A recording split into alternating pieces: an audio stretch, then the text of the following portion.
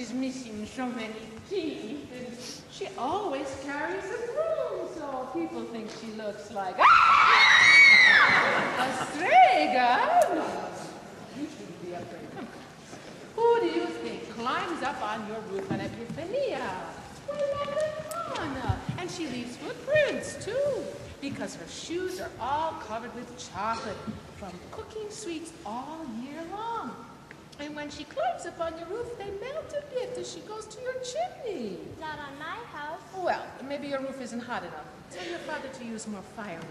But who do you think jumps down that chimney and leaves you fruits and sweets and maybe even toys on Epiphania?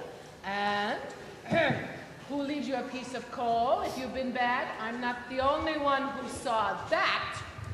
How does she know? But why did she do it? Where does she come from? Well, I'll tell you.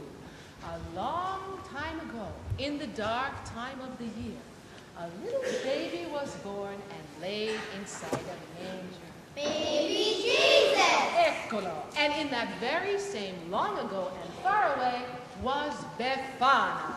She was an old, old woman, and she lived all by herself in a little stone house. She spent all the day cooking and cleaning and sweeping and cleaning and sweeping, Madonna mia, sweeping and cleaning all the time. She spoke to no living person, and none had spoken to her in years. Like people left her alone. They thought she was pazza, crazy. They didn't know that a long time ago she had had her own bouncing baby boy and a husband, and both had died in a terrible sickness. Now, every night, alone by her fire, she sat eating the sweets she made and singing lullabies. Nino, Nino. Nina-na-na, Nina-na-na. To a little doll she had wrapped in swaddling clothing. On one such night, there was a knock at her door. Oh, Befana was so surprised. Nobody came to visit her, not even during the day. She looked out her window, and what do you think she saw? What? She saw 3 men with camels and beautiful robes and big golden crowns. They were The 3 kings! Of course they were the 3 kings. Everybody knows, had they been the 3 queens, they would have asked for directions. They would have gotten there on time. They would have helped deliver the baby and baked a lasagna.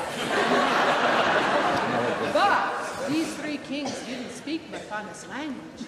They simply pointed to a bright star in the heavens and then to the doll in her arms and said, Bethlehem! Bethlehem!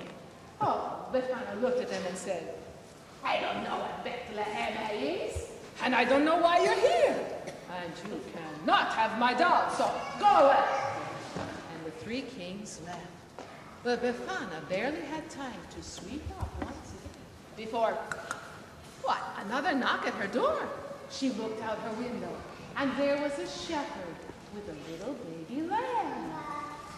The shepherd told Befana that the angels had told him that a little baby had been born who would be a king for all people, even shepherds and old ladies. And could he please come in? He was bringing a gift to that babe, and he wanted to warm himself by the fire, for he still had a long way to go. Well, Befana couldn't believe it, but she asked into her house somebody who listened to angels. And he sat by her fire and was warmed. And Befana was warmed by his company. After a while, the shepherd said to Befana, Befana, why don't you come with me? We go together to see that child. But Befana said, oh no, not me, because, well, for number 1, I'm too old, and for number 2, I have my sweeping, and number 3, I'm afraid of the dark. And the shepherd said, no, Befana, you're not too old. And as for your sweeping, forget about it. And we can keep each other company as we travel in the dark of the night. But Befana just clutched her doll all the tighter and said, no, I can't go, and I won't go. So the shepherd left. And Befana swept up one last time before going to bed. But could she sleep? No.